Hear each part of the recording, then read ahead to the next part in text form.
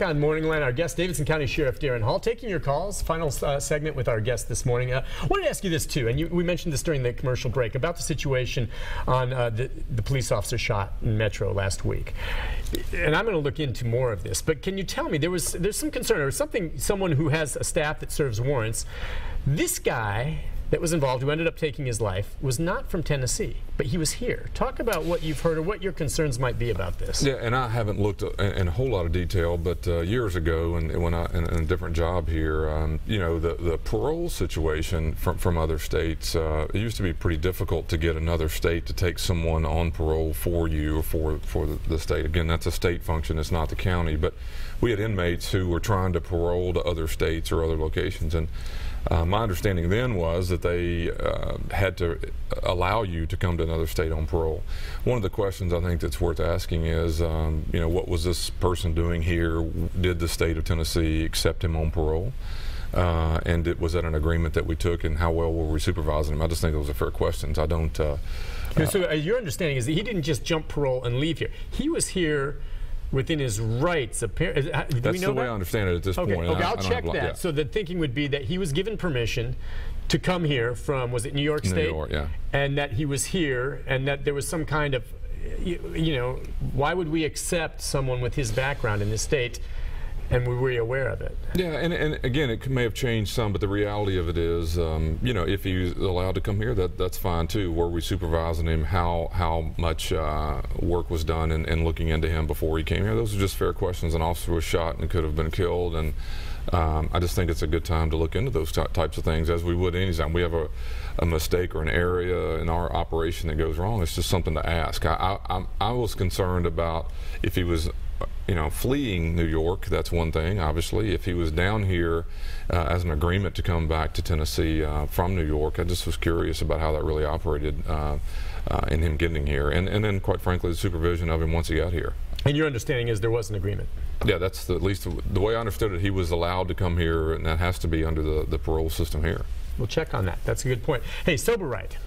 Yeah, we you know, it's a staple for us. We do this every year, New Year's, and you know, obviously it's a big holiday. It's going to be a really big. I think the ball game's sold out. Yeah, that's going to be talking huge, about the Music City. Music City Bowl. So that's what day is that? That's the 30th, I believe. Okay, and it's Tennessee, Nebraska, yeah, which actually, you know, is a pretty good matchup. It is. I mean, and I think the crowd, and you got concerts and everything else. Of course, they're moving the main event over to Bicentennial Mall. So downtown's no longer where the 100,000 people are going to be in the concert. It's all going to be on Bicentennial Mall. Okay. So we've moved our sober ride stuff around, and obviously we'll have tents. We're going to be on 2nd and Commerce. We'll have an area down there. You get to the sober ride tent. We'll get you home free, without questions, without cost, no questions asked. And we'll also be on 4th Avenue in Harrison, which is really over in the Bicentennial Mall area. There'll be a huge sober ride tent there as well. So the main thing is, don't put yourself and everyone else at risk. Go celebrate and enjoy yourself. It's a big night, a lot of fun.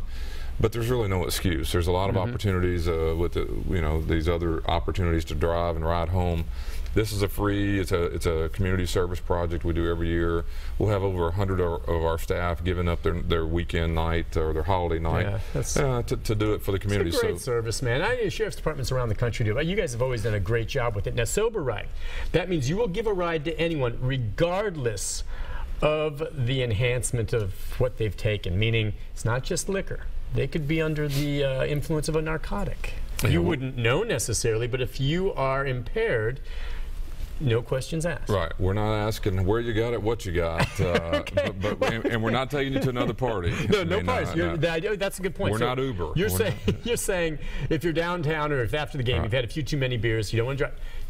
You go to that tent, you get in a ride, and they will take you home. They take you to an establishment of residence, a hotel or an apartment or whatever. It's kind of, there's some amazing stories over the years. Think how many lives you've saved doing that. I'm serious. I mean, on those nights when it's the most, I mean, how many lives have been saved? Yeah, Nick, and I tell you, we've been doing it over 30 years as a program. And one of the things that's interesting is, in that entire time, there has been one fatality, and that was actually on the interstate in the snow.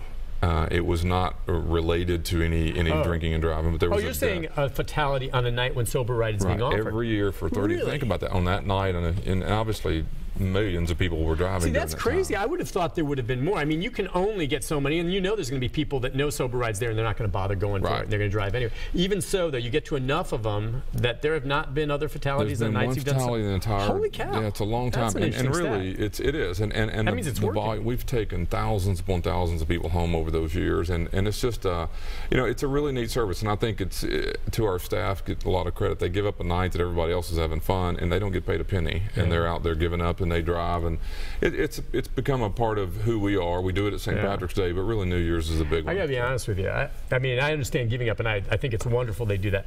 I think I would enjoy doing that. Seriously. I mean, you see these people, and you know they're doing the right thing, and you're helping out, so you're feeling good about it. But I bet you had some characters in the back seat. That's what I was going to say. I mean, I bet you it's pretty interesting. I mean, that's probably kind of entertaining. But I'll give you something to think about. So you've driven this person home, you get them to the house, and when they pull up in the driveway, the person who's coming out the door said they're not coming here. Now, what do you do? What do you guys do then? You go, you got another address, or what? Seriously, honestly, what if? I mean, that's probably I could give you a whole bunch. Yes, it has happened. I give you a bunch of those types of situations where you just don't know. But the truth is, you have contingencies, I guess, right? Yeah, we're there just to get you to the home. Will they ever perhaps puke in the back seat? Yes, they will. Okay, so we should make them clean them up. On second thought, it doesn't sound like it's so fun. That's right. I don't know why you would think that'd be fun. Let's go to Ken. Ken, good morning. Hey, this is Ken. I'm a former lieutenant of the sheriffs, and I was downtown the other day and saw them tearing down the Justice Center, and there's just a myriad of memories as I watched the building crumble, and some good, some bad, but it was quite emotional just even watching the old jail just being torn down, and I just appreciate it. I always enjoyed working for the sheriff, and but anyway, there was a lot of emotions, good and bad, and there's a lot of good memories, a lot of good people down there, a lot of good people in the sheriff's department, and I just wanted to say that, and I enjoyed working down there. Wow! I tell you what, Ken, I hope you'll take a peek at our Facebook page and our website. It really has. We have some time-lapse video. We have a lot of other stuff going on. I know Ken, and he spent a lot of years, a lot of nights working in that facility, and led a lot of men and women in his role, and he did a really good job. I ran into him maybe less than a year ago. Really good man, and hopefully it's sentimental. Believe it or not, today is the first time, but former Sheriff Gail Ray is coming down to the office here here at lunch, and we're having a reception for her this afternoon, and she hasn't seen it either. And where's she coming from? What's she doing now? She's in town, and she's retired and has some, but she's hasn't been back, and we're having a reception for her this afternoon, and going to sit around and stir up all the old thoughts. Oh, that's cool. She's coming. You'll hang with her. I always liked her. So you served under her, of course. I did. She's a really good person. And so she's retired now and stepped away. So she'll see. It's going to be emotional for her as well. I think so too. You look at that. Anything. I think about like if this building that I've been in all these years gets torn down. For me, it was, I don't know if emotion is the word, but as I looked at that, I feel the same as Ken. There were so many stories, be it going over to the jail and dealing with that, or going over and dealing in the CJC with Don Aaron. Yes. Or over the years, all the different Emmett Turner, Chief Surpass, all of them, where there would be news conferences, or Perry March going through night court, all of these huge stories that we all dealt with, and the beauty of it, and here's the one thing I'm going to say, is I know that, and I've always thought the best move would have been to move the jail out to Harding. That was just my thought personally, but this jail is literally walking distance from the Channel 5. Right. And I think that's always given us something of an edge over the competition in the sense that we can get there so quick when we learn that someone's being brought in. And so, Ken, I would just say what you see being torn down there is sad, but when it's finally rebuilt a couple of years from now, you're going to have this gleaming, spectacular new facility that I think is really going to serve the city well, and you're going to have the same wonderful staff still working there. Right. I agree. And I think the other part of it, Sheriff, you'd agree, the big part is when you took me on that tour, and you talked about the fire safety. Truly, you dodged a bullet there. Right. Sooner or later, something bad was going to happen, but that was an unsafe building. And I'm not just talking for the inmates, I'm talking for your staff. Right. I couldn't believe it when you told me this fire alarm thing doesn't work, so we have to have our guards constantly checking. Looking to see. Oh, come on. And human error could have worked into it. And you never had a horrible fire, but that's scary stuff. Yeah, and one of the things I've been asking, I want to make sure everybody understands, how did we ever let it get this way? That's the question that was asked. Well, you need to know that it's a 30-year-old building. Any jail facility is really 3 times the average age of a building because it never closes, right. and it's used always open constantly throughout the day, and most buildings are built with one shift in mind.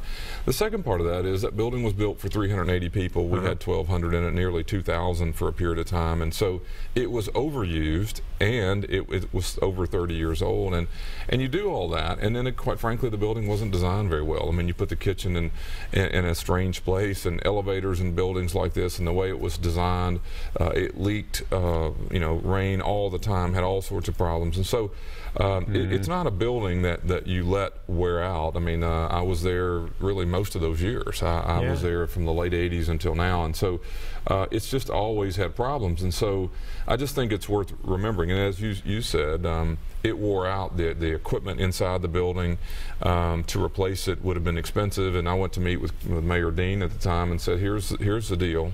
I'd like to have someone come here and tell us what we know, which is this building needs dramatic changes.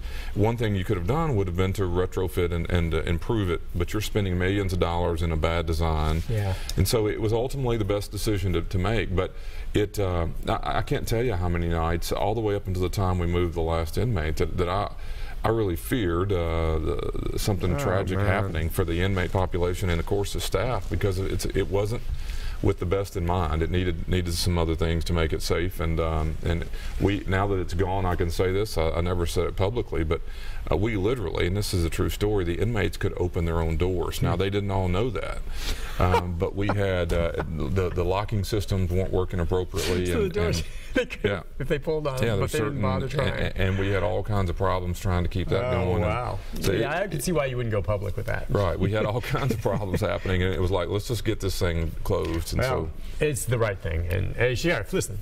Well, thank you. Merry Christmas. Merry Christmas. Happy holidays, and well. We'll see you again in the new year, my friend. Look forward to it. You be safe. Thank you as well. Be back with a programming note right after this.